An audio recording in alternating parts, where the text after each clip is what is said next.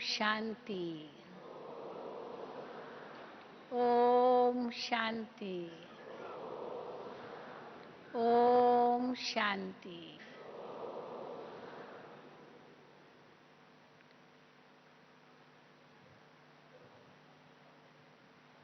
बहुत सुंदर विषय पर आज हम आपको सुनाने जा रहे हैं। प्रीत बुद्धि विजयंती। प्रीत बुद्धि किसको कहा जाता है और प्रीत बुद्धि होने से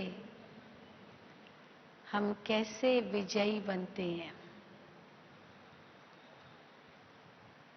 विपरीत बुद्धि विनश्यन्ति। अभी जो विनाश का काल सामने है, इस समय जिनकी भी भगवान से प्रीत होगी उनकी अवश्य विजय होगी, और जिनकी बुद्धि भगवान से विपरीत है उनका विनाश होगा। ये अवश्यंभावी है।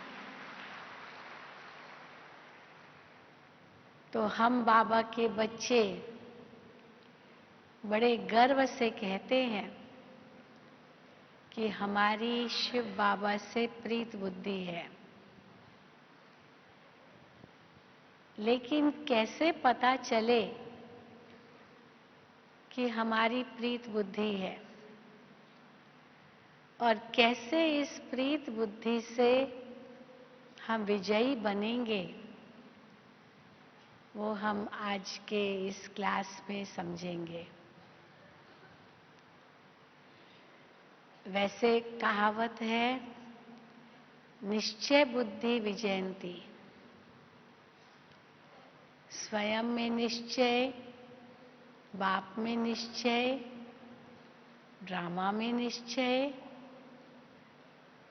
और परिवार में निश्चय। अगर निश्चय का ये फाउंडेशन मजबूत है तो अवश्य विजयी बनेंगे। लेकिन उस निश्चय की परख यही है कि प्रीत कितनी है, और प्रीत की परख है कि निश्चय कितना है। दोनों की आपस में साठ गांठ है। निश्चय है तो प्रीत है, प्रीत है तो निश्चय है। 3 दिन पहले बाबा की एक बहुत सुंदर मुरली चली थी। ये याद की यात्रा प्रीत की यात्रा है। बाबा से ये प्रीत रखना भी याद है, और याद का दूसरा अर्थ है प्रीत। याद में मेहनत इसलिए लगती है क्योंकि प्रीत कम है, क्योंकि या तो मोहब्बत है या तो मेहनत है। अगर मेहनत है माना मोहब्बत नहीं है, और अगर मोहब्बत है तो मेहनत नहीं है। प्रीत है तो याद है, याद है तो प्रीत है। अगर याद में मेहनत है माना प्रीत नहीं है। अगर याद सहज है इसका मतलब प्रीत है। अब इसके आधार से हम समझ सकते हैं कि हमारी प्रीत कितनी है। बाबा कहते हैं, तुम योद्धे नहीं हो, तुम योगी हो। अगर माया से हर वक्त हम युद्ध ही करते रहेंगे तो योगी कब कहलाएंगे। योद्धा माना बाबा से विपरीत बुद्धि, योद्धा माना वियोगी। या तो योगी है या तो वियोगी है, या तो प्रीत है या तो विपरीत है, या तो मोहब्बत है या तो मेहनत है। दोनों आपस में साथ साथ नहीं चल सकते। तो कैसे हमें पता चले कि हमारी प्रीत बुद्धि है? तो बाबा कहते हैं जब याद अटूट हो, हम कौन हैं, हम किसके हैं और क्या कर रहे हैं, इन 3 बातों से हमारी प्रीत या न प्रीत की पहचान है। क्योंकि जिससे प्रीत होती है उसका संग किया जाता है, जिससे प्रीत होती है उसको याद किया जाता है, जिससे प्रीत होती है उस जैसा बनने की इच्छा होती है, जिससे प्रीत होती है उसके आज्ञाकारी होते हैं। तो अगर हम ये निश्चय से कहते हैं कि हमारी बाबा से प्रीत है, तो कितना संग हम बाबा का ही कर रहे हैं, कितना हम उनके आज्ञाकारी हैं, कितना उनके समीप पहुंचे हैं, कितना उनके समान बनते जा रहे हैं। ये है उसकी कसौटी। जैसे सोना कितना खरा है, कितना सच्चा है, उसको कसौटी पर रगड़ करके पता करते हैं। तो हमारी बाबा से प्रीत है, उसकी कसौटी, उसका मापदंड यही है कि हम कितना उनको याद करते हैं, कितना उनके साथ सच्चा संग है, कितना उनकी आज्ञाओं पर चल रहे हैं, कितना उनके समान बने हैं। क्योंकि जिनके समीप होते हैं उनके गुण अपने आप आते हैं, अपने आप आते हैं। उनको कहना नहीं पड़ता है कि आप अपना गुण दो। जिस प्रकार जो सागर के किनारे रहते हैं उनको तो अपने आप हवाएं ठंडी ठंडी मिलती रहती है। वो सागर को वो कहते नहीं है कि हमको अपनी ठंडी हवाएं दो। रहते ही सागर के किनारे हैं तो उनकी ठंडी लहरों की हवाएं उनको मिलती रहती है। कोई बगीचे में, बहुत सुंदर फूलों के बगीचे में टहल रहा है तो अवश्य उन फूलों की खुशबू उसको आती रहेगी। उनको फूलों को कहना नहीं पड़ता है फूल हमें अपनी खुशबू दो, क्योंकि संग का रंग अपने आप लगता है। कोई कोयले की कोठरी में जाए और उसको कोयले का कालापन न लगे, ये हो ही नहीं सकता है। कहावत है ना। तो संग का रंग अवश्य लगता है। और अगर हमको बाबा का रंग लगाना है, बाबा से सच्ची प्रीत जोड़नी है, बाबा के गुणों को अपने जीवन में उतारना है, तो उनका संग भी जरूरी है। और संग माना उनकी याद, या संग कोई स्थूल संग की तो बात ही नहीं है। तो जैसे बाबा कहते हैं कि बच्चे तुम मुझे सदा अपना साथी बनाओ, साथी को कभी भूलो मत। आज भी बाबा ने कहा खुदा दोस्त, खुदा दोस्त की कहानी है। कैसे किसी ने भगवान को अपना दोस्त बनाया। बच्चा था, कृष्ण को अपना दोस्त बनाया। कृष्ण से ही बातें करता था, कृष्ण ही उनको दिखाई देता था, और किसी को नहीं दिखाई देता था, उसको ही दिखाई देता था। उनसे ही खेलता था, उनको ही खिलाता था, उनसे ही बातें करता था। कोई भी उनको समस्या होती थी तो उनको ही देता था। तो बाबा भी कहते हैं कि मुझे अपना सच्चा मित्र बनाओ। वैसे तो बाबा कहते हैं सब संबंध मेरे साथ जोड़ो, देह सहित देह के सब संबंधों को भूलो, सब धर्मों को भूलो और मेरे साथ सब संबंध जोड़ो। यही प्रीत की निशानी है। जैसे महाभारत में दिखाते हैं कि अर्जुन और दुर्योधन दोनों ही कृष्ण के पास पहुंचे। दोनों ने ही अपनी इच्छा व्यक्त की कि आपसे मदद चाहिए। तो कृष्ण ने पूछा कि मैं तैयार हूं, लेकिन ये दो बातें हैं, या तो मैं या तो मेरी सेना। जिस तरफ मैं होऊंगा मेरी सेना नहीं होंगी, जिस तरफ मेरी सेना होंगी उस तरफ मैं नहीं, और मैं जिस तरफ होऊंगा तो मैं लड़ूंगा नहीं, सेना अवश्य लड़ेगी। बहुत बड़ी चुनौती थी ये, लेकिन अर्जुन ने एक पल के लिए भी इस उधेड़-बुन में नहीं आया कि मैं श्री कृष्ण को लूं या उनकी सेना को लूं। एक सेकंड में उसने कह दिया बस मुझे तो तुम ही चाहिए,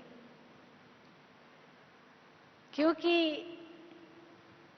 भगवान मिल गया तो और क्या चाहिए। और वो प्रीत बुद्धि था।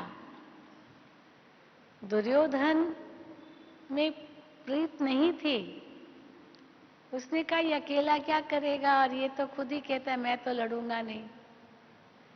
तो कहा अच्छा है, भले इसने कृष्ण को लिया, मुझे तो सेना मिल जाएगी।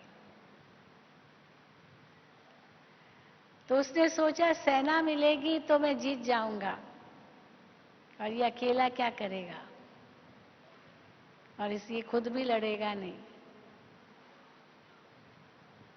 तो उसने सोचा मैंने बहुत अच्छा निर्णय लिया, ये अर्जुन तो बुद्धू है, हा? इसको तो कुछ भी पता नहीं है, क्योंकि भगवान से सच्ची प्रीत नहीं थी। अर्जुन की प्रीत भगवान से थी। उसको ये बुद्धि में नहीं था कि मुझे विजयी बनना है, था ही नहीं, बस भगवान चाहिए। यहां तक कि वो मैदान से भागना भी चाहता था, उसको विजय चाहिए ही नहीं थी। ये दूसरी बात है कि वो मोह के वश हो गया, परंतु वो विजय का सपना नहीं देख रहा था। और दुर्योधन तो विजय का सपना देख रहा था, सोच रहा था इतनी बड़ी सेना मिल जाएगी तो मैं अवश्य विजयी बनूंगा। पर अर्जुन की केवल प्रीत बुद्धि थी, बस प्रीत ने ही काम किया, और वही प्रीत बुद्धि विजयी बन गया। तो दुनिया में हम देखते हैं कि जो विपरीत बुद्धि है वो तो न जाने क्या क्या सपने देखते हैं इस संसार के, न जाने क्या क्या वो बुनते रहते हैं भविष्य की बातें, क्या क्या चाहते हैं, क्या क्या देखते रहते हैं आंखों के सामने, जो है नहीं पर कल्पना करते रहते हैं।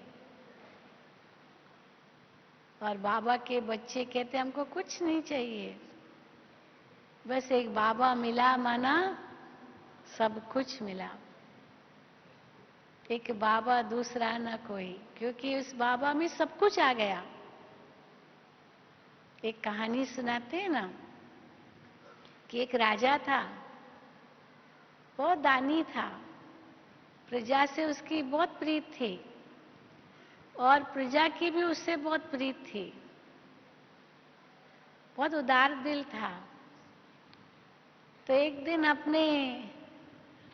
गया अपने महल में, उसने देखा कि मेरे पास इतना सारा सामान है, इतनी सारी सौगातें हैं, इतनी सारी चीजें हैं, इस सब में क्या करूंगा? मेरी प्रजा को आवश्यकता है इनकी, तो मैं क्यों ना प्रजा में ये बांटूं, तो प्रजा भी खुश हो जाएगी और मेरे महल से भी थोड़ी सफाई हो जाएगी। बहुत चीजें हैं, बहुत सुंदर सुंदर चीजें हैं। तो उसने क्या किया, उसने ऐलान किया कि सबको निमंत्रण है महल में आने का और बहुत सी चीजें हैं मेरे पास जो मैं अपने प्रजा को देना चाहता हूं, परंतु एक शर्त है कि जिस चीज पर वो हाथ रखे वही चीज उसकी, जिस चीज पर रखे, क्योंकि चीजें बहुत है और बहुत आकर्षण वाली चीजें थी, पर एक ही चीज लेनी है और वो हाथ रखे उस पर, बस वो चीज उसकी हो जाएगी। तो प्रजा ने जैसे ये सुना तो वो तो बहुत खुश हो गए, वाह राजा की चीज हमको मिलेगी, बहुत बड़ी बात है। तो दौड़े महल में चीजें देखने लिए, क्या होगी राजा की चीजें जो राजा प्रजा को देना चाहता है। तो बहुत बड़ी प्रदर्शनी लग गई थी चीजों की, सुंदर सुंदर चीजें थी। हर एक ने देखा क्या लूं क्या लूं, तो जो उसके काम की चीज इस पर हाथ रख दिया और वो चीज उसको मिलती गई मिलती गई मिलती गई, पर कोई कमी नहीं थी, वो चीजें थी। अब एक छोटी सी बच्ची आई, 10-12 साल की बच्ची थी। तो राजा देख रहा था, वो बच्ची किसी भी चीज को पसंद नहीं कर रही है, इधर देख रही है, वहां देख रही है, पर कहीं भी हाथ नहीं रख रही है जो उसको चीज वो मिल जाए। तो राजा उनके पास गया, बच्ची तुमको कोई चीज भी पसंद हो तुम हाथ रख लो, वो चीज है, आप वो चीज तुम्हारी हो जाएगी। लेकिन वो सोच ही रही है, सोच ही रही है, सोच ही रही है, ढूंढ ही रही है, ढूंढ ही रही है, घूम ही रही है। आखिर उस बच्ची ने क्या किया, उसने जाकर के राजा को ही हाथ लगा लिया। समझ गए? राजा को, क्योंकि राजा ने ये तो नहीं कहा कि मैं इसमें नहीं हूं, खाली चीजें हैं, क्योंकि वो खुद भी तो घूम रहा था ना। तो राजा को ही उसने हाथ लगा लिया, माना राजा ही चाहिए मुझे। तो राजा मिला, माना सब कुछ मिला। क्योंकि जो राजा का वो उसका। तो बाबा भी कहते हैं कि बाबा, हाँ ये शब्द कहा जैसे सर्व गुणों की, सर्व शक्तियों की खान की चाबी मिल गई। बाबा शब्द में इतनी शक्ति है। दुनिया में हम देखते हैं किसी को भी कोई कष्ट होता है, कोई तकलीफ होती है, तो कितने देहधारियों को याद करते हैं। हाँ, मम्मी मम्मी मम्मी चिल्लाते रहेंगे, डैडी डैडी डैडी, हाँ फलाना फलाना फलाना, कईयों का नाम पुकारेंगे, कई देवों का भी नाम पुकारेंगे, अनेकों का नाम पुकारते रहेंगे। तो दुनिया में हम देखते हैं कि मनुष्य जब भी किसी आफत में आते हैं, कोई कष्ट महसूस होता है, कोई तकलीफ होती है, कोई विघ्न है, कोई समस्या है, तो समझते हैं फलाना मदद करेगा, फलाना मदद करेगा, फलाना ये सहयोग दे सकेगा, कईयों को याद करते हैं। फिर आखिर देखते हैं कि जब इनसे मदद नहीं मिल रही है, सहयोग नहीं मिल रहा है, तो फिर कोई इष्ट को याद करेंगे। फिर इष्ट भी तो अनेक है। मिसाल देते हैं ना कि एक बार एक व्यक्ति मझधार में था, बस डूब रहा है, तो उसने कहा हे कृष्ण, तो कृष्ण ने सोचा मैं जाऊं मदद करूं। फिर थोड़े समय के बाद उसने वो कृष्ण जैसे जाने लगा तो कहा हे राम, तो फिर कृष्ण ने सोचा मुझे तो याद ही नहीं कर रहा है, राम को करा तो राम जाए। फिर राम को सुनाई दिया तो वो सोचे मैं जाऊं। अब वो तैयारी कर रहा है तो हे गणेश जी, हे गणेश जी, हे गणेश जी, ऐसे करके कितनों के उसने नाम ले लिए, तो हर एक को वापस जाना पड़ा, क्योंकि उसकी जगह दूसरे को याद करना शुरू कर दिया। और फिर अंत में तो वो डूब ही गया, क्योंकि कितनों को याद किया, अभी मदद कौन करे उनको। और दूसरी बात है कि भगवान को तो अंत में याद करते हैं, शुरू में नहीं करते। सोचते हैं ये मदद करेगा, ये करेगा, वो करेगा, वो करेगा, और जब देखता है कोई सहारा नहीं है, तब कहेगा हे भगवान। जीवन में भी हम देखते हैं, सारा जीवन बीत गया, जब अंतिम घड़ी आती है तब उनको कहते हैं भगवान को याद करो, भगवान को याद करो। जिसने सारा जीवन भगवान को याद ही नहीं किया है, अंत में कहाँ याद कर सकेगा। फिर फलाना फलाना वही याद आएगा, भगवान याद नहीं आएगा। और यहाँ बाबा हम बच्चों को जब कहते हैं कि प्रीत बुद्धि विजयंती, क्योंकि एक से ही सच्ची प्रीत है, और कौन वो प्रीत रख सकता है। एक से ही प्रीत किसकी हो सकती है? जिसको ये समझ हो कि मैं कौन हूं। क्योंकि अगर देह अभिमान में है तो भी ईश्वर से प्रीत सच्ची नहीं हो सकती है। देह अभिमान माना ही विपरीत बुद्धि। बुद्धि ईश्वर से विपरीत है, देह अभिमान उसी की निशानी है। इसलिए बाबा ने आकर के सबसे पहले आत्मा का पाठ पढ़ाया प्रीत बुद्धि होने के लिए। जैसे गीता में भी दिखाते, अर्जुन को सबसे पहले आत्मा का पाठ पढ़ाया। इनको भी आत्मा देखो, तुम भी अपने आप को आत्मा समझो। आत्मा कभी विनाश को नहीं पाती। इसीलिए आत्मा का पाठ ये पहला पाठ है ईश्वर से प्रीत बुद्धि होने के लिए। क्योंकि आत्मा ही उस परमात्मा को याद कर सकती है। द्वापर युग से देह अभिमान शुरू हुआ, भले भगवान से प्रीत थी, क्योंकि दुख शुरू हुआ तो दुख में तो भगवान ही याद आता है, लेकिन देह अभिमान भी साथ साथ हुआ। देह अभिमान से दुख होता है, और दुख है तो भगवान याद आता है। पर क्योंकि देह अभिमान था, और उस देह अभिमान के कारण भगवान को भी देहधारी रूप में ही देखने लगे। जो बाबा कहते आप ही पूज्य, आप ही पुजारी बन गए, अपने पूज्य रूपों की पूजा करने लगे और उनसे ही शक्ति मांगने लगे।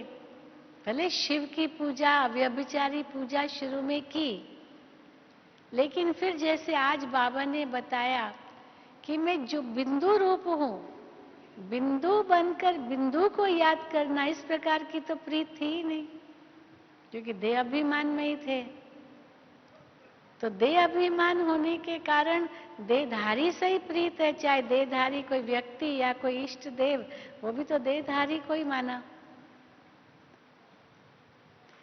इसलिए देह की प्रीत देहधारी के साथ, देह के साथ, तो फिर ईश्वर से तो सच्ची प्रीत हुई नहीं। और जहां देह की देह से प्रीत है, फिर तो इच्छाएं बहुत है। इस संसार की न जाने कितनी इच्छाएं उत्पन्न होती है, क्योंकि देह को तो बहुत कुछ चाहिए। आत्मा को तो कुछ भी नहीं चाहिए, इस संसार की कोई वस्तु नहीं चाहिए। वैसे भी मानते हैं कि संसार में हम आए तो कुछ भी लाए नहीं, जाएंगे तो कुछ भी ले जाएंगे नहीं, क्योंकि आत्मा को तो ये सब संसार की चीजें चाहिए ही नहीं। इसलिए प्रीत बुद्धि होने के लिए सबसे पहले है कि मैं कौन हूं, अपने आप को पहचानो। फिर मैं आत्मा हूं तो आत्मा को क्या चाहिए? आत्मा को तो ज्ञान गुण शक्तियां ही चाहिए। यही आत्मा का भोजन है, यही आत्मा की शक्ति है, यही आत्मा का श्रृंगार है। शरीर का श्रृंगार कितना होता है, आत्मा को तो वो श्रृंगार चाहिए ही नहीं। तो जैसे ही मैं कौन हूं ये पहली पहचान मिली, तो फिर आता है मेरा कौन है। अब देहधारी अपने को समझा तो मेरा तो बहुत कुछ है, कितना विस्तार है, मेरा मेरा मेरा। और बाबा रोज अभी मुरलियों में जो अंतिम स्लोगन आ रहे हैं वो इसी के ही है, मैं और मेरा। यही नरक के द्वार है, ये मैं और मेरा, यही देह अभिमान की निशानी है। मैं और मेरा यही गिराने वाली है। मानो मैं और मेरा जो देह अभिमान के वश है, उससे हम विपरीत बुद्धि बनते आए।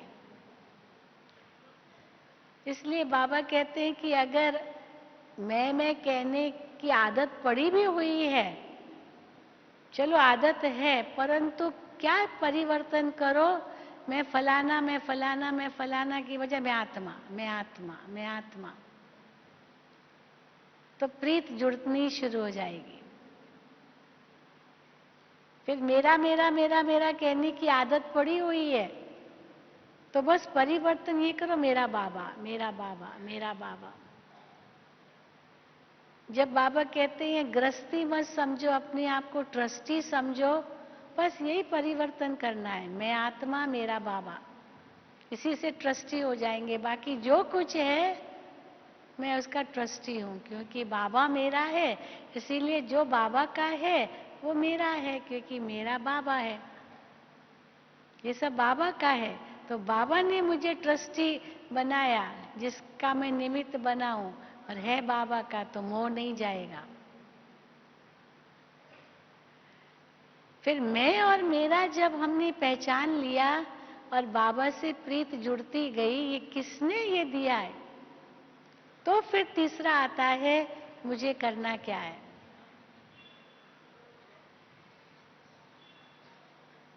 जिसको भी हम देखेंगे उसको भी हम यही समझेंगे कि ये भी उनका ही है, बस पर ये आत्मा जानती नहीं है, तो मुझे उनको बाप का परिचय देना है, विश्व कल्याण की सेवा करनी है, यही मुझे करना है, जिसमें सबका कल्याण हो, सबका भला हो, शुभ भावना शुभ कामना निस्वार्थ भाव, यही मुझे कार्य करना है। और उसका परिणाम क्या होगा, क्योंकि जैसा आप करेंगे वैसा ही पाएंगे, यही विजयी बनने की निशानी है। अगर मेरा मेरा मेरा मेरा किया तो विजयी नहीं बनेंगे, देने में ही लेना है।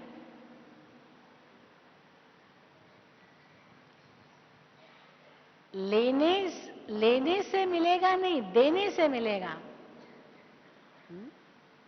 परंतु अगर हम मेरा मेरा कहा माना लेना ही लेना है,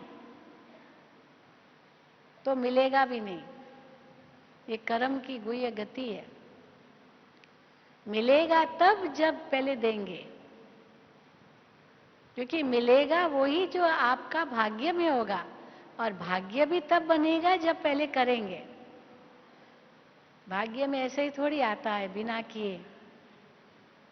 इसलिए कई पूछते हैं ना कि कर्म का ज्यादा महत्व है या प्रारब्ध का ज्यादा महत्व है, पुरुषार्थ या प्रारब्ध। ड्रामा में जो होगा वो तो होगा ही, जो प्रारब्ध में है वो तो होगा ही, लेकिन नहीं, ड्रामा में ये भी निश्चित है कि पुरुषार्थ से प्रारब्ध बनती है, ऐसे ही नहीं प्रारब्ध आती है। तो अगर प्रारब्ध है तो पुरुषार्थ भी ड्रामा में है, उसके बिना नहीं मिलेगी प्रारब्ध। और वो पुरुषार्थ माना देना, और जहां देने की भावना है वहां अगर बाबा की याद है उसमें, तो एक गुना नहीं मिलेगा, 1000 लाख पदम गुना मिलेगा। तो विजय विजय तो है ही है। इसीलिए कभी भी कोई ये न समझे कि बाबा की मुझे मदद नहीं मिली, क्योंकि मदद का अर्थ पहले समझना होगा। मदद का अर्थ नहीं है कि क्षण भंगुर प्राप्ति। क्योंकि कर्म की गति तो बड़ी गुह्य है। किसके साथ क्या कर्मों का हिसाब किताब है, किस जन्म का हिसाब किताब है, कितना हिसाब किताब है, किस रूप में वो हिसाब किताब आएगा, वो तुरंत पता नहीं चलता। और हम समझते हैं कि ये तो मेरा है ना, लेकिन बाबा कहते छोड़ो तो छूटो। एक पंछी अपनी एक डाल पर बैठा है और उस डाल को जोर से पकड़ के रखा है उसने, और देख रहा है कि दूसरे पंछी तो उड़ रहे हैं। हाँ, मैं भी उड़ूं, मैं भी उड़ूं, मैं भी स्वतंत्र हो जाऊं, मैं भी स्वतंत्र हो जाऊं, इनकी तरह उड़ूं, लेकिन डाली को पकड़ के बैठा है। तो स्वतंत्र कैसे होगा, उड़ेगा कैसे? पंख तो है, लेकिन डाली को छोड़ना तो पड़ेगा ना। स्वतंत्र होना चाहता है, उड़ना चाहता है, पर डाली को भी साथ साथ पकड़ के रखा है। इसीलिए कहा जाता है लेट गो। बहुत सुंदर कहावत है, let go and let God. Let God, छोड़ दो बाबा पर। बाबा कई बार कहते हैं बच्चे मुझे यूज करो, पर बच्चे सोचते हैं कि बाबा के तो कितने बच्चे हैं, सारी जिम्मेदारी हम भी बाबा को देवे, क्यों इतना बोझ देवे बाबा को, वैसे ही बोझ बहुत है बाबा के ऊपर, तो मैं अपना बोझ क्यों दूं, मैं खुद ही कर लूंगा। बाबा कहते नहीं, आप तो वैसे ही बोझ से भरे हुए हो, मैं तो हल्का हूं। आप जितना देंगे उतना आप अपना बोझ कम करोगे, मेरा बोझ बढ़ेगा नहीं। कई बार होता है ना, हम वह तो हंसी की बात आती है, ट्रेन में जाते हैं, स्टेशन पर उतरते हैं, अब बहुत सामान होता है हमारे पास, मानो अब कुली को बुलाते हैं, कुली आया, कुली कहेगा लाओ लाओ लाओ लाओ लाओ, फटाफट उठाएगा करेगा। अब इतना कुली सामान उठाता उठाता कहते ये भी दो, ये भी दो, ये भी दो, ये भी दो। हम सोचते अरे ये कुली कैसे उठाएगा इतना सामान, कहते लाओ लाओ लाओ लाओ लाओ। तो वो तो कहेगा मुझे तो और ही उसको बोझ नहीं लगता, क्योंकि उसको बैलेंस बनाना है। तो यहाँ भी उठाएगा, इधर भी उठाएगा, सिर पर भी उठाएगा, उठाएगा उठाएगा। और हम सोचते इतना बोझ उसको दूं, मैं भी तो कुछ उठाऊं। और अगर नहीं मानती हूँ उसका तो मैं उठाती रहूंगी, वो तो भागता है उस बोझ के साथ, मैं तो एक थैला लेके भी धीरे धीरे चलती हूँ पीछे पीछे, वो तो दौड़ रहा है। अरे दे दो, वो मांग रहा है दो, आप ये नहीं सोचो, उसको पता है बैलेंस कैसे रखना है सामान का, मुझे उसकी चिंता नहीं करनी है, वो जानता है अपने आप को। तो हम भी क्या सोचते हैं, बाबा को मैं इतना बोझ दूं अपना, बाबा के ऊपर तो बच्चों का बहुत बोझ है। कई बार दादी जानकी अपना अनुभव सुनाती है कि कई आते हैं भाई बहने, हाँ पहले तो दादी एक एक से मिलती थी, अभी तो कहाँ इतने भाई बहने बच्चे, बाबा से भी एक एक मिलते थे, अभी तो विस्तार बहुत हो गया है। लेकिन दादी कई बार कहती थी कि ऐसे भी कई बच्चे हैं अभी उनके सिर पर बहुत बोझ है, बहुत बोझ है, अब वो हल्का करना चाहते हैं, पर दादी के पास जाने में उनको डर लगता है। पता नहीं दादी को मैं ये बताऊंगी तो दादी क्या कहेगी, ये कहेगी, और दादी के पास तो टाइम कहाँ होगा, पहले ही सोच लेते दादी के पास टाइम तो होगा नहीं, इसलिए वो मेरा कहाँ सुन पाएगी, मेरे को कहाँ टाइम दे सकेगी, या फलानी बहन कहाँ मुझे टाइम दे सकेगी, फलाना कैसे टाइम दे सकेगी, वो तो बहुत बिजी रहता होगा। तो अचानक दादी उनको देख लेती है, तो दादी कहती है कि आप आई क्यों नहीं, मुझे लगा आप आएंगी मेरे से मिलने के लिए।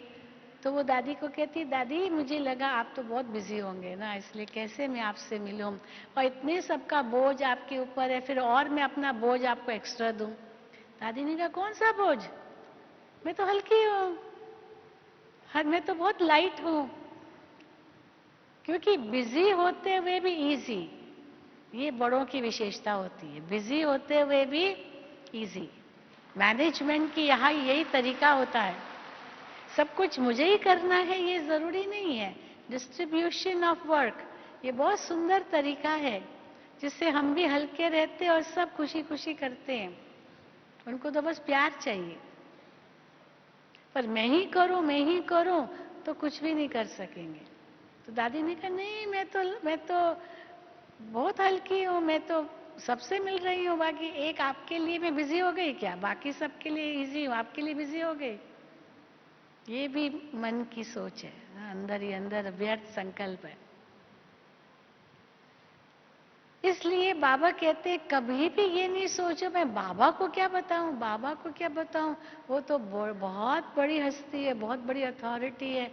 अरे बाबा तो इतने हल्के हैं, आप बाबा को बताओ, देखो बाबा कैसे वो कर देगा, आपको पता भी नहीं चलेगा, पर आपको हल्का होना है, आपको हल्का होना है, आपको न्यारा बनना है।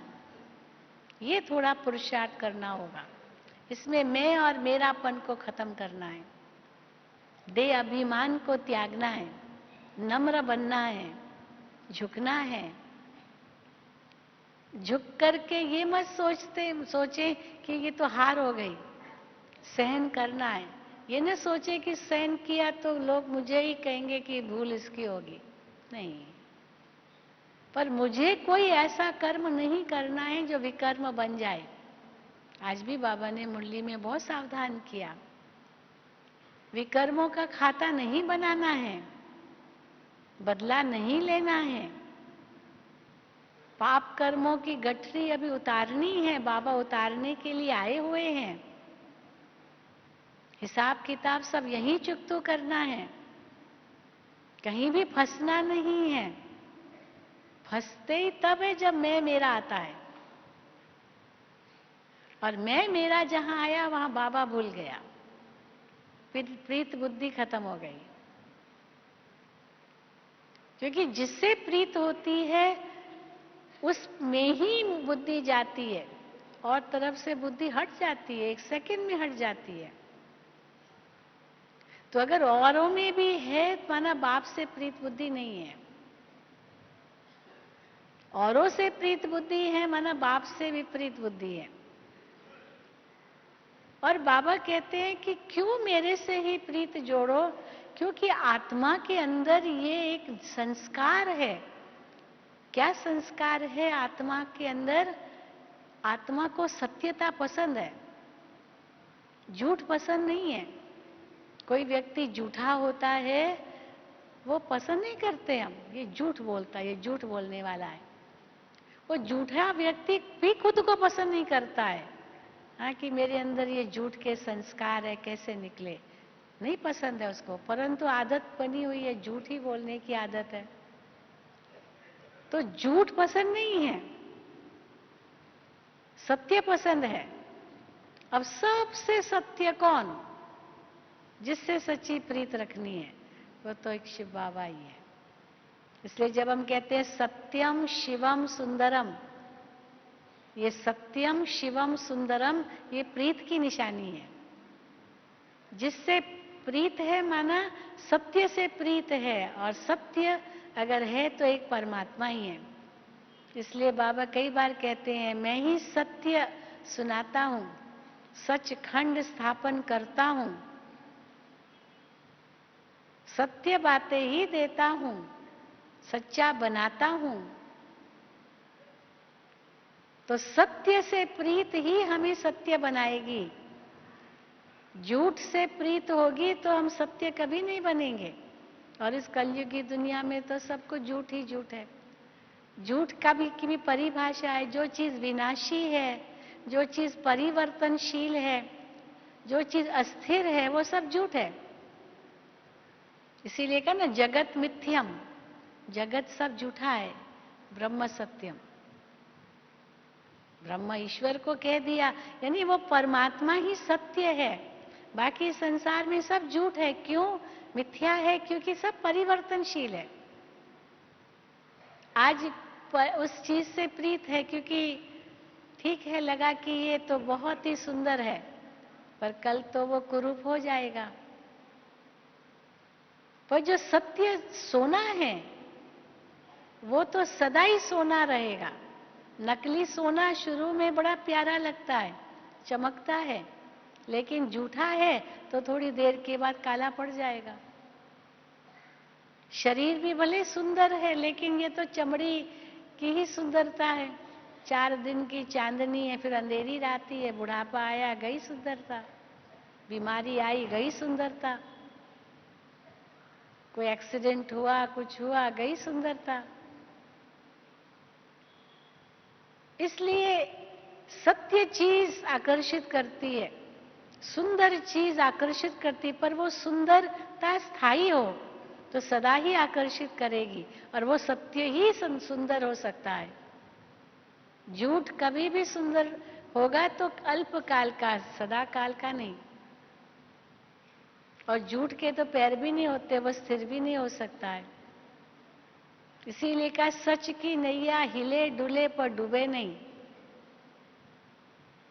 डूबेगी कभी नहीं। इसीलिए निश्चय बुद्धि विजयंती, प्रीत बुद्धि विजयंती, क्योंकि सत्य से प्रीत है, और सत्य तो अविनाशी होता है। भले हिलेगा लेकिन डूबेगा नहीं, नष्ट नहीं होगा। अगर नष्ट हुआ तो वो सत्य है ही नहीं। इसीलिए आप देखेंगे शिव बाबा ने उस दिन मुरली में कहा कि मैं सबसे रिजर्व्ड हूं। तुम आत्माएं फिर भी सतो रजो तमो में आती हो, चक्र में आती हो, मैं नहीं आता हूं, मैं रिजर्व्ड हूं। रिजर्व हूं माना न्यारा हूं, और न्यारा हूं इसीलिए सबका प्यारा हूं, इसीलिए सब मुझे प्यार करते हैं, क्योंकि मैं न्यारा हूं। अगर बाबा भी हमारी तरह फंसा हुआ होता ना तो कभी नहीं दुनिया का प्यारा बनता, पर वो न्यारा है इसीलिए प्यारा है। और जो भगवान से सच्ची प्रीत रखते हैं वो फिर सबको प्यार करते हैं, और सब उनको प्यार करते हैं। इसीलिए सबसे प्यार है, परंतु शर्त ये है कि पहले ईश्वर से प्यार हो। दुनिया में कहते हैं कि सबसे प्यार माना ईश्वर से प्यार, भगवान से प्यार माना यही ईश्वर से प्यार है। हम कहते नहीं, ईश्वर से प्यार है माना सबसे प्यार है। बड़ा अंतर है दोनों बातों में। सबको प्यार करने जाओ तो कोई स्वीकार नहीं करेगा, पर ईश्वर से प्यार करो तो वो सबका प्रिय बन जाएगा, और वो सबको प्रिय लगेगा, और वो सबको प्यार करेगा। जैसे पेड़ को पानी देना है तो पत्ते पत्ते को पानी नहीं देंगे, बस बीज को दे दो तो सारे झाड़ को मिल जाएगा। जैसे मिसाल दिया, उसने राजा को ही हाथ लगा लिया, बस उसको वही प्यारा लगा और कोई प्यारा नहीं लगा, तो राजा प्यारा लगा, वो मिला तो सब कुछ मिला। यही बड़ी समझदारी है। तो बाबा कहते अंत में जाकर के मेरे से प्रीत जोड़ो तो बाकी समय तो व्यर्थ ही गया ना। जो करना ही है वो पहले से क्यों ना कर लो। अंत में तो जबरदस्ती भी करनी पड़ेगी प्रीत, क्योंकि उनके पास ही जाना है। लेकिन बहुत काल की प्रीत होगी तब ही अंत में उनकी ही याद आएगी। और बाबा कहते अंत का पेपर यही होगा। अंत का पेपर एक सेकंड का होगा, हमारी प्रीत का ही पेपर होगा। क्योंकि जिससे प्रीत होती है उसकी याद भूल ही नहीं सकती है। ऐसे समय पर उनकी ही याद आएगी और बातें भूल जाएगी, क्योंकि प्रीत जिससे वो ही आकर्षित करेगी। और अंत में अगर और कोई याद आया, माना और कोई से प्रीत थी, वो एक सेकंड की परीक्षा का पेपर में फेल। परंतु वो पेपर आएगा कब ये पता नहीं है। देखो दुनिया में जो पेपर होते हैं ना, परीक्षाएं होती है, तो परीक्षा की डेट अनाउंस हो जाती है, स्थान अनाउंस हो जाता है, वो सब अनाउंस हो जाता है, लेकिन परीक्षा पेपर में क्या आएगा वो अनाउंस नहीं होता है। अगर वो अनाउंस हो जाए तो पेपर ही फिर बदलना पड़ता है अगर वो लीक आउट हो जाए तो। पर डेट और टाइम, वो स्थान, ये सब अनाउंस हो जाता है पहले से ही, पर पेपर आउट नहीं होता। और यहाँ ऑपोजिट है, पेपर आउट है लेकिन वो पेपर कहाँ, कब, किस रूप में, कैसे, वो पता नहीं है। इसीलिए तो एवर रेडी बनना पड़ेगा। कोई स्टूडेंट्स होते हैं उनको पता है कि अभी 1 मास के बाद एग्जाम है, तो चलो 20 दिन तो मजा कर लो, 10 दिन में पढ़ लेंगे। कर लेते हैं होशियार स्टूडेंट्स, 10 दिन में ही पढ़ लेंगे, कोई बड़ी बात नहीं लगेगी उनको। परंतु डेट ही आउट ना हो तो फिर तो सारा टाइम उनको पढ़ना ही पड़ेगा, कभी भी हो जाएगा अनाउंस। इसीलिए बाबा ने कहा कि एवर रेडी बनना पड़ेगा। इसीलिए बाबा कहते डेट कॉन्शियस कभी मत बनो, सोल कॉन्शियस बनो।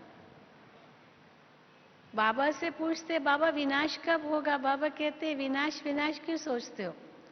पहले तो बाबा की साकार मूल्यों में आता था विनाश के बारे में पूछना माना मेहमान को कहना कि आप कब जाओगे। हा? जैसे कोई मेहमान आपके पास आए और इनसे पूछो आपकी जाने की डेट कब है? भाई क्यों मुझे भेजना चाहते हो, अभी तो मैं आया हूं, कब जाओगे? माना कितनी बड़ी इंसल्ट है। तो बाबा से पूछना कि विनाश कब होगा माना बाबा से ये पूछना कि आप वापस कब जाओगे परमधाम। यही हुआ ना। लेकिन बाबा कहते हैं डेट कॉन्शियस मत बनो, क्योंकि अभी अचानक होना है, इसलिए डेट आउट होगी ही नहीं। पर हाँ, हर वक्त सोल कॉन्शियस रहो, गॉड कॉन्शियस रहो, क्योंकि कभी भी पेपर आ सकता है, किसी भी रूप में, किसके द्वारा भी, कहां से भी, कितनी हद तक, कुछ पता नहीं है। इसलिए एवर रेडी और बहुत काल का अभ्यास। परंतु वो तब होगा जब अचानक ये याद होगा। इसलिए अचानक, एवर रेडी और बहुत काल का अभ्यास। और वो सब सहज तब है जब प्रीत है, उसका आधार है प्रीत बुद्धि।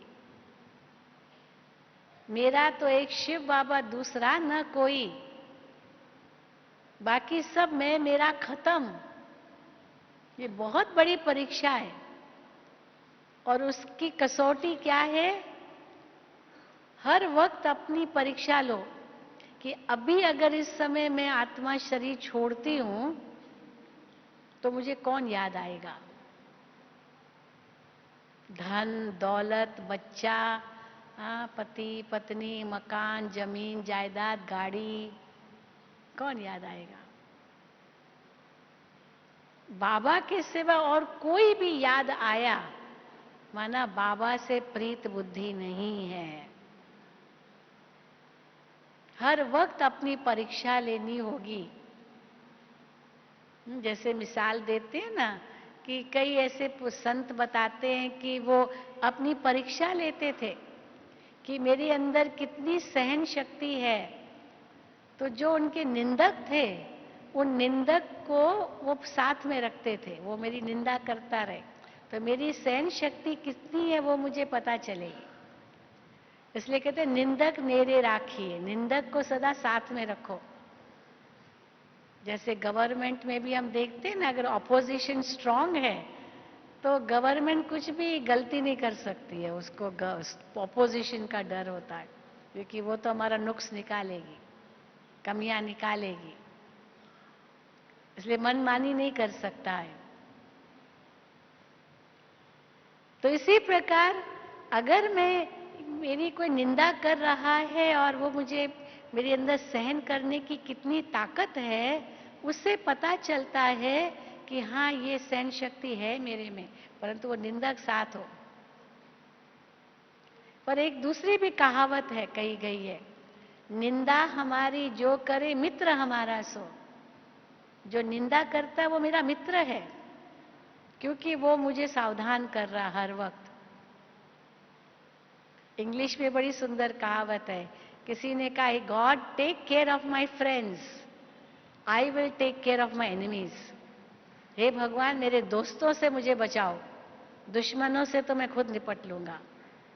कैसे? क्योंकि जो दोस्त है ना वो खाली मेरी महिमा करेंगे, मेरी महिमा करेंगे, वाह वाह वाह वाह के गीत गाएंगे, पर मेरी कमी क्या है वो बताएंगे नहीं। पर मेरे सच्चे मित्र जो होंगे वो ही मेरी कमी बता सकेंगे ताकि मैं परिवर्तन कर सकूं।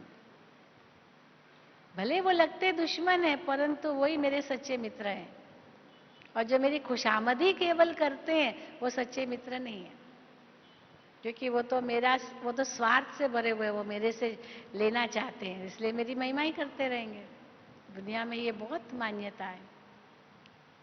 तो मेरे अंदर सहन शक्ति कितनी है, मेरा जो अपोजिशन करते हैं उसके सामने मेरी स्थिति कहाँ तक बनी रहती है, उससे पता चलता है कि मेरी शक्ति कितनी है। क्योंकि अगर सहन शक्ति नहीं है, मन अपमान को मैंने महसूस कर लिया, और अपमान महसूस करना मन अभिमान है, माना देही अभिमानी स्थिति नहीं है।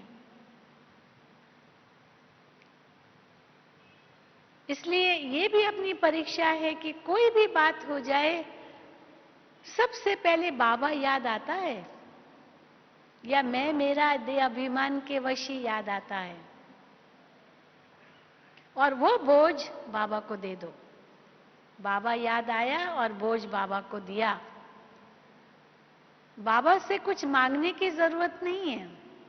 भक्ति मार्ग में तो हम मांगते ही रहे हैं भगवान से, चाहे स्थूल वस्तु मांगते रहे या वो नहीं तो शांति, प्रेम, खुशी, शक्ति, ये भी तो मांगते रहे, या तो फिर माफी मांगते रहे, भूले भी करते रहे और माफी मांगते रहे, या तो चीजें मांगते रहे, या तो गुण मांगते रहे, या शक्ति मांगते रहे, या माफी मांगते रहे। अब बाबा को सच्चा साथी बनाया तो पता है कि बाबा से वो मिल रहा है, मांगने की जरूरत ही नहीं है। वो तो मेरे साथ है, दाता मेरे साथ है, चाबी मेरे पास है, बस सिर्फ वो स्मृति रहे मैं किसके साथ हूं। वह अकेलापन लगता है भक्ति मार्ग में, इसलिए चिल्लाना पड़ता है, हे भगवान, हे भगवान। यहां तो साथ है, साथ को इशारा, साथ वाले को इशारा देना ही बहुत है, जोर से चिल्लाने की जरूरत नहीं है। कई वो एक मिसाल देते हैं ना कि इंसान जब गुस्से में होता है ना, तो जिससे गुस्सा होता है, दोनों गुस्से वाले आपस में जोर जोर से बात करते हैं, जोर जोर से। अभी जोर जोर से बात क्यों करते हो? गुस्सा जोर से व्यक्त करना होता है, धीरे से तो गुस्सा नहीं व्यक्त होता है ना। पर जोर जोर से इतना बात करने की जरूरत क्या है? वो बहरे थोड़ी है। बहरे होते तो उनको जोर से बोलना पड़ता है ना, ताकि सुने, क्योंकि बहरा है, कान में जाकर के बोलना पड़ता है जोर से। परंतु गुस्से में फिर भी इतना नजदीक होते भी जोर जोर से क्यों बोलते हैं? क्योंकि भले शरीर से नजदीक है पर मन से बहुत दूर है, और मन से बहुत दूर है, इसलिए जोर जोर से बोलना पड़ता है गुस्सा करके। और जो मन से नजदीक है ना, उनके लिए इशारा ही बहुत है, बस इशारा एक दो का समझ जाते हैं, बस मुख से कुछ कहने की भी जरूरत नहीं है, वो एक दो का इशारा ही समझ लेते हैं, क्योंकि वो उनका वही फ्रीक्वेंसी है, वही उनका वेवलेंथ चल रहा है, समानता की स्थिति है। जो क्रोध कर रहे हैं वो एक दो के अंतर में बहुत है, फ्रीक्वेंसी मैच नहीं हो रही है, और फ्रीक्वेंसी मैच नहीं होती है तो जरूर लड़ेंगे आपस में, विचार मिलते नहीं हैं। दुनिया में हम देखते हैं प्रकृति के अंदर जो अपोजिट पोल्स है वो ही आपस में आकर्षित होते हैं। जो समान पोल्स है, जैसे नॉर्थ पोल, साउथ पोल, उत्तर और उत्तर, वो आपस में टकराएंगे, उत्तर और दक्षिण आपस में मिलेंगे। ये प्रकृति की शक्ति है। पर आध्यात्मिक शक्ति जो समानता है वह आकर्षण है, और जहां समानता है वहां आकर्षण है, तो उस आकर्षण के आधार से इशारा ही बहुत है, क्योंकि एक दो के बहुत समीप है। तो बाबा को पुकारने की भी जरूरत नहीं है, चिल्लाने की जरूरत नहीं है, मांगने की जरूरत नहीं है, मुख से कुछ कहने की भी जरूरत नहीं है। जैसे माँ का बच्चे से प्यार है तो बच्चा दूध मांगे तभी माँ देगी नहीं। सच्चा प्यार माँ का होगा तो माँ को पता है कि बच्चे को दूध कब देना है, वो अपने आप जानती है और देगी, क्यों नहीं देगी, प्यार है बच्चे से। तो बाबा भी हम बच्चों से कितना प्यार करते, लेकिन उसकी कसौटी है कि हम कितना बाबा को प्यार से याद करते हैं। वो सत्य है, वो सुंदर है, वो दाता है, वो कल्याणकारी है, शिवम है। यही अंदर की जो मेरी धारणा है, उस धारणा के आधार से बाबा से सच्ची प्रीत बुद्धि बन जाती है। और यही प्रीत कदम कदम पर हमको विजयी बनाएगी। ये निश्चित है, निश्चित है, निश्चित है। इसी लगन में मगन रहो, इसी निश्चय में मगन रहो, तो विजय हमारा जन्म सिद्ध अधिकार है। ओम शांति, ओम शांति, ओम शांति।